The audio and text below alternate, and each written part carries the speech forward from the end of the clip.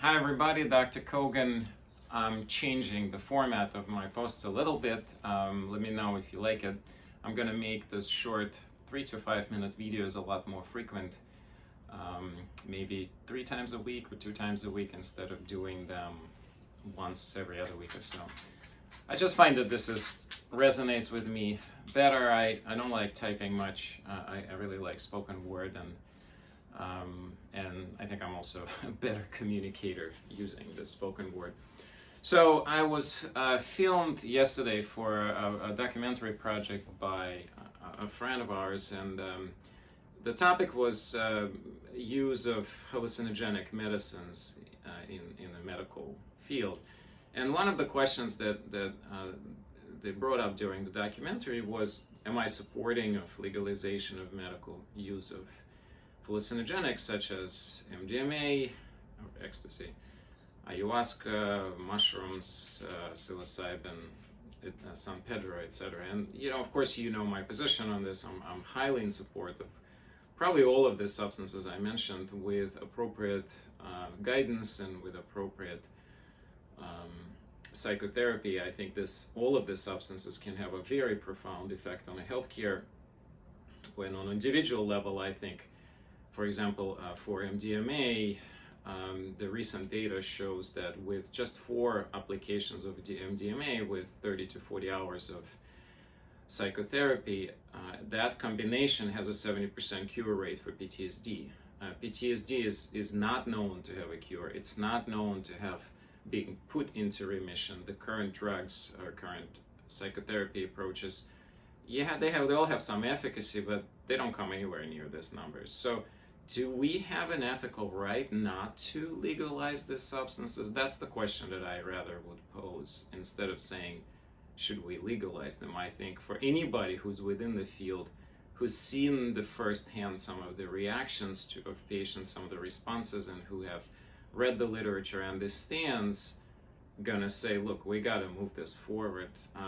I super excited about Johns Hopkins' recent position of Center for Psychedelic Research, basically putting in a public announcement there that they feel strongly that psilocybin at the very least should be moved from Schedule 1 controlled substance to Schedule 4, which will basically immediately make it not just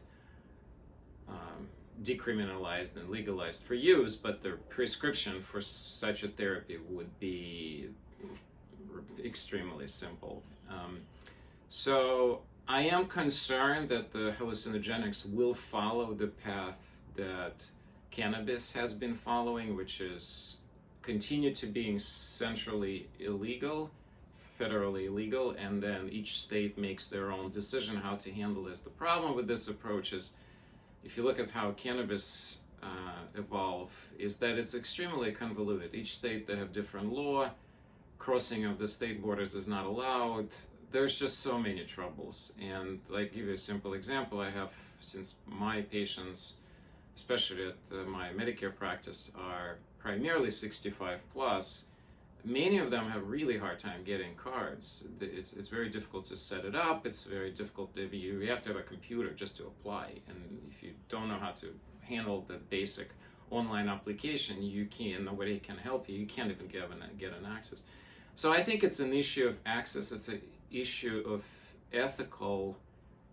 it's an ethical issue of access. And it's enough for us to sort of keep talking about, is there enough evidence? I think what we need to do is to say, it's pretty obvious the evidence will be there. It's pretty obvious they're safe. We have to have political will to change the current status quo.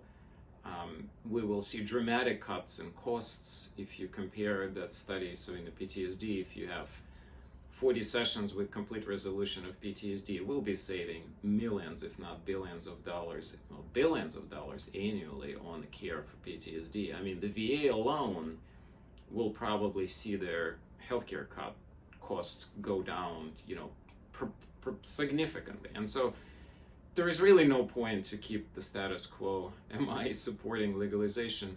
Not only that, I'm supporting punishing those who blocking the legalization, because it's at this point not just ridiculous, it's criminal. it's criminal that our politicians and the leadership of a healthcare system is not willing to move this field forward faster.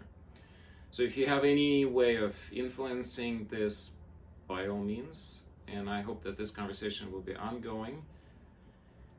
Yeah, and then when this project comes out, I'll let you know. See you soon.